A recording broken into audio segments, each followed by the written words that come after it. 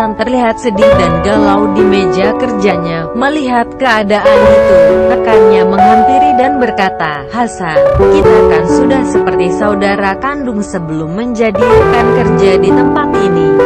Sudah hampir seminggu aku melihatmu murung dan memikirkan sesuatu yang berat. Sebenarnya ada apa, Hasan?" Hasan terdiam beberapa saat, kemudian mengatakan, "Terima kasih Komar atas perhatianmu. Saat ini aku benar-benar membutuhkan seseorang untuk memecahkan masalahku." Hasan lalu menuangkan secangkir teh untuk Komar. "Seperti yang kamu ketahui, aku telah menikah hampir 8 bulan dan di rumah hanya ada istri saya, tapi masalahnya adalah bapak adik saya, Hamid, yang sekarang berumur 20 tahun, telah menyelesaikan pendidikannya di SMA dan diterima di salah satu universitas yang berada di kota ini. Dia akan datang ke sini seminggu atau 2 minggu lagi untuk memulai studi." Alasan kedua orang tua Hasan memaksa agar Hamid tinggal di rumah Hasan daripada tinggal dengan teman-temannya di sebuah apartemen, karena takut terjadi hal-hal yang menimpa rupanya. Hasan menolak permintaan kedua orang tuanya itu, sebab baginya kehadiran seorang pemuda di rumahnya sangat berbahaya. Kita sama-sama tahu dan sama-sama merasakan rasa mudah sewaktu belum menikah. Bagaimana gejolak nafsu seorang pemuda terhadap lawan jenisnya. Jika perusahaan memberikan jam lembur atau menugaskan ke luar kota, tentu akan pulang terlambat atau bahkan tidak pulang ke rumah untuk beberapa hari. Pada saat itu, yang tinggal di rumah hanya istri dan adikku saja. Jujur aku katakan, aku pernah berkonsultasi dengan salah seorang ustaz, dan dia melarangku untuk mengizinkan lelaki manapun tinggal serumah dengan aku sekalipun saudara kandungku sendiri, ujarnya. Hasan kembali diam sambil meminum teh yang dibuatnya. "Aku sudah menjelaskan kepada ayah dan ibu perihal ini berkali-kali disertai dalil dan logika yang kuat. Dan aku bersumpah kepada mereka demi Allah yang Maha Kuasa bahwa aku sangat mengharapkan kebaikan bagi saudaraku Hamid. Sayangnya, ayah dan ibu menuduhku sebagai orang yang sakit hati. Mereka mengatakan bahwa tidak mungkin Hamid mengganggu istriku karena dia telah menganggapnya seperti kakak kandung sendiri. Lebih parah lagi, ayah menganggapku sebagai anak durhaka jika menolak Hamid tinggal di rumahku." Hasan kembali terdiam. Ia menjadi serba salah atas situasi ini. "Menurutmu, apa solusi terbaik dari masalahku ini, Saleh? Aku tidak bermaksud mengajarimu ataupun mencampuri urusan keluargamu. Aku melihat dirimu adalah seorang paranoid dan skeptis. Kalau tidak demikian, mengapa kamu menentang pendapat kedua orang utamu? Apakah kamu bahwa keridoan Allah tergantung kepada keridoan kedua orang tua, dan kemurkaan Allah juga tergantung kepada kemurkaan kedua orang tua seperti disebutkan dalam hadis Nabi Shallallahu Alaihi Wasallam? Kenapa kamu berburuk sangka kepada saudaramu? Bukankah jika dia berada di rumah dapat membantu pekerjaanmu? Apakah kamu lupa dengan firman Allah Ta'ala yang berbunyi, 'Wahai orang-orang yang beriman, jauhilah banyak dari prasangka. Sesungguhnya sebagian prasangka itu dosa.'" Nabi Jurat 12. Katakan sejujurnya, Hasan, apakah kamu percaya kepada istrimu dan saudaramu? Aku percaya kepada istri dan saudaraku. Tapi apa, Hasan? Kamu ragu kepada mereka minimal bahwa saudaramu Hamid akan membantumu dan istrimu dalam keperluan rumah tangga. Tidak mungkin dia mengganggu istrimu karena dia menganggapnya sebagai kakak kandungnya. Sekarang aku tanya, jika Hamid telah menikah, apakah kamu mau mengganggu istrinya? Kamu tidak bukan? Buanglah semua was-was dan praduga terhadap saudaramu itu, karena was-was berasal dari setan yang terkutuk. Aku sarankan kamu menempatkan Hamid di kamar depan. Kemudian kamu membuat pintu yang memisahkan kamu kamarnya dengan ruangan belakang dan kamarmu, sehingga kamu tetap nyaman ketika beristirahat, kata Komar. Tampaknya Hasan kalah argumentasi dengan Komar. Tak ada pilihan lain selain menerima saran rekannya itu. Beberapa hari kemudian, Hasan menjemput adiknya ke bandara dan membawanya ke rumah. Seperti yang disarankan Komar, Hamid tidur di kamar depan. Hari demi hari pun berlalu. Hasan, istrinya dan Hamid hidup bahagia tanpa banyak kendala yang mereka hadapi. Tak terasa sudah 4 tahun Hamid tinggal bersama Hasan. Tak terasa pula Hasan telah berusia 30 tahun dan telah dikaruniai 3 anak. Hamid pun hampir lulus kuliah. Hasan berjanji akan mencarikan pekerjaan yang cocok bagi adiknya dan tetap tinggal bersamanya di rumah sampai menikah dan pindah bersama istrinya ke rumah baru. Coba di malam hari suatu malam, ketika Hamid mengendarai mobilnya dalam perjalanan pulang, di salah satu jalan dia melihat samar-samar ada 2 orang. Setelah melihat ternyata ada seorang ibu tua dengan wanita muda yang tergeletak di teras rumahnya menjerit Jack. Sedangkan ibu itu berteriak mencari angkutan yang lewat di persimpangan rumah sakit. Hasan pun menanyakan keadaan mereka berdua. Ternyata mereka yang baru tinggal satu minggu di sini. Wanita itu adalah putrinya, tinggal suami untuk keperluan pekerjaan di luar kota. Dia terlihat menangis kesakitan memegang perutnya karena rasa sakit melahirkan. Tangisan ibu tua dan jeritan wanita muda itu membuat Hasan kasihan kepada mereka. Tanpa pikir panjang, Hasan pun membawa keduanya ke rumah sakit terdekat. Sesampainya di rumah sakit, para dokter memutuskan untuk melakukan operasi cesar kepada wanita itu karena tidak mungkin melahirkan dengan normal. Hasan tidak langsung meninggalkan rumah sakit sampai memastikan keadaan wanita muda itu dengan janin yang dikandungnya. Dia memutuskan untuk duduk di ruang tunggu dan meminta ibu tua itu untuk mengabarkan jika cucunya telah lahir. Setelah itu Hasan menelepon istrinya dan mengatakan bahwa dia terlambat pulang karena ada sedikit keperluan dan akan kembali segera. Selang beberapa jam dia terbangun karena mendengar suara keras dari dokter dan 2 orang polisi yang mendekatinya.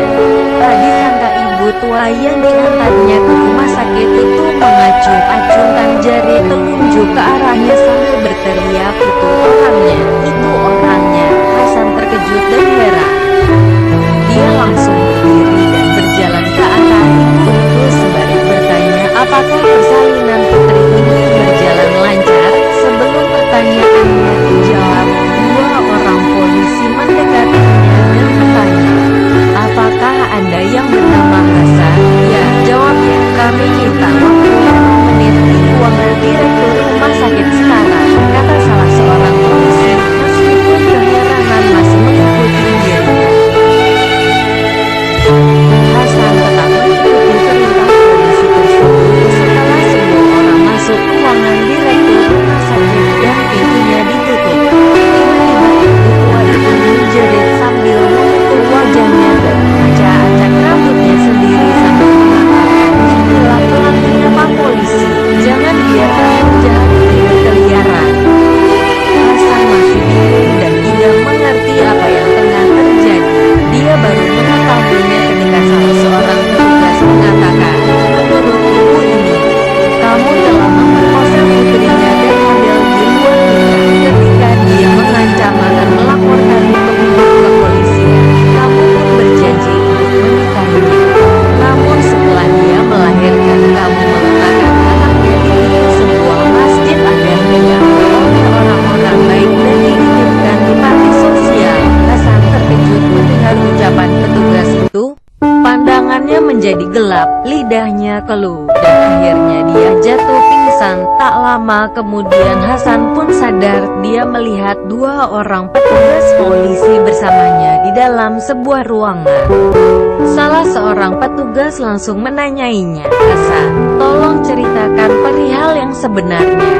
Saya melihat Anda sebagai orang yang terhormat dan penampilan Anda menunjukkan bahwa diri Anda tidak pernah melakukan perbuatan keji yang dituduhkan ibu tua itu. Wahai manusia, apakah ini balasan dari perbuatan baik? Aku bukan orang suci, tapi aku orang yang menjaga diri dari membuat zolim kepada orang lain. Aku telah menikah dan mempunyai 3 anak, Azam, Iban, dan Husen. Dan aku tinggal di lingkungan yang baik. Hasan tidak bisa mengendalikan dirinya. Tanpa disadari air mata mengalir deras membasahi pipinya. Setelah tenang, dia menceritakan kronologi pertemuannya dengan 2 wanita itu sampai dia tertidur pulas di ruang tunggu rumah sakit. Setelah mendengarkan ceritanya, petugas itu berujar, "Bersabarlah, Hasan. Saya yakin Anda tidak bersalah, tapi masalah ini harus diselesaikan sesuai dengan prosedur yang berlaku. Kita akan melakukan beberapa tes medis untuk mengetahui fakta yang sebenarnya." Fakta apa? Aku tidak bersalah dan tidak pernah melakukan perbuatan bejat itu. Mohon maaf kalau saya kasar, anjing saja mau kepada manusia yang berbuat baik kepadanya. Namun banyak manusia yang tidak tahu terima kasih malah membalas kebaikan orang lain dengan kejahatan. Kebenaran pun terungkap keesokan harinya. Hasan datang ke rumah sakit, diambil sampel semuanya dan diperiksa di laboratorium guna memastikan keterlibatan Hasan dalam kejahatan yang dituduhkan ibu tua kepada dirinya. Sementara itu, Hasan dan petugas polisi duduk di ruangan lain. Allah atas nikmat agung ini. Dia juga meminta maaf kepada petugas polisi atas kata-kata kasar yang diucapkannya. Sementara itu, ibu tua dan putrinya dibawa ke kantor polisi untuk penyelidikan lebih lanjut. Sebelum meninggalkan rumah sakit, Hasan berpamitan kepada dokter spesialis yang melakukan pemeriksaan medis tersebut. "Saya merasa mulia atas kedatangan Anda ke sini. Tapi ada satu hal yang ingin saya sampaikan dan saya minta waktu Anda beberapa menit saja." Awalnya dokter itu bingung harus bagaimana membicarakannya. Namun dia memberanikan diri untuk angkat bicara. "Tuan Hasan, melalui tes yang dilakukan, saya menduga bahwa Anda mengidap sebuah penyakit, tapi aku tidak terlalu yakin. Jadi aku ingin melakukan tes medis lainnya kepada istri dan anak-anak Anda untuk menghilangkan keraguannya. Apakah Anda bersedia?" Rasa takut mulai menyelimuti Hasan. "Dokter, aku mohon katakan penyakit apa yang aku alami. Sungguh aku sangat rela dengan keputusan aku, tetapi yang penting bagiku adalah anak-anak. Aku siap berkorban apa saja untuk mereka," kata Hasan sambil menangis terseduh-seduh. Dokter itu menenangkan dan menghibur hatinya. "Saya benar-benar tidak bisa mengatakannya kepada Anda sekarang. Bisa jadi kecurigaan saya itu salah, tetapi saya mohon Anda segera membawa istri dan anak Anda ke sini." Beberapa jam kemudian, Hasan membawa istri dan anak-anaknya ke rumah sakit untuk melakukan tes medis. Dikatakan dokter, setelah selesai, istri dan anak-anaknya diminta menunggu di mobil, sedangkan Hasan kembali ke ruangan dokter. Baru saja berbicara dengan dokter, telepon genggam Hasan berdering. Dia menjawab, lalu berbicara beberapa menit kemudian menutup teleponnya. Sebelum melanjutkan pembicaraan, dokter bertanya, "Siapa yang baru saja menelepon Anda dan Anda suruh untuk mendobrak pintu rumah?" "Oh, dia saudara Hamid yang tinggal satu rumah dengan kami sekeluarga. Dia menghilangkan kuncinya. Jadi terpaksa pintunya didobrak saja." "Sudah berapa lama dia tinggal bersama Anda?" "Semenjak 4 tahun yang lalu dan sekarang studinya sudah tahun terakhir." "Bisakah Anda membawanya melakukan tes supaya dapat dipastikan apakah penyakit tersebut penyakit keturunan atau tidak?" "Dengan senang hati kami akan datang besok pagi ke sini," jawab Hasan. Keesokan harinya, Hasan bersama saudaranya Hamid pergi ke rumah sakit untuk melakukan tes medis dan diagnosa penyakit. Dokter meminta Hasan datang seminggu lagi untuk mengetahui hasilnya.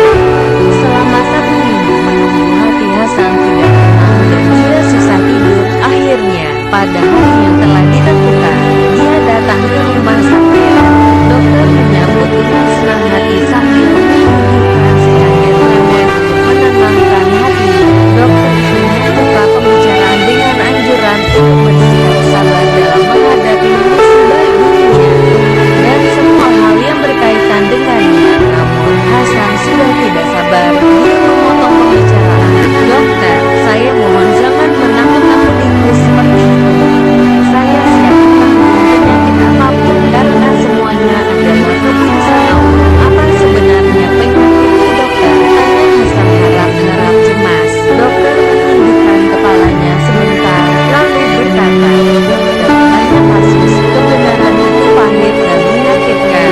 Meski demikian dia harus diketahui dan dihadapi dengan lapang dada.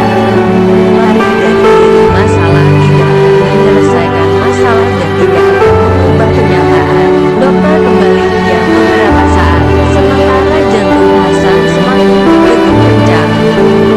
Dokter pun lalu angkat bicara. "Hasan, Anda mandul dan tidak dapat mempunyai keturunan. Ketiga anak tersebut bukanlah anak Anda, mereka adalah anak saudaramu." Hamid Hasan tidak sanggup mendengar kabar mengejutkan ini. Dia menangis sejadi-jadinya sampai terdengar di seluruh ruangan rumah sakit. Kemudian dia jatuh pingsan. Setelah 2 minggu mengalami koma, Hasan pun sadarkan diri. Dia divonis stroke dan mengalami lumpuh di separuh tubuhnya. Otaknya pun tidak dapat berfungsi dengan normal.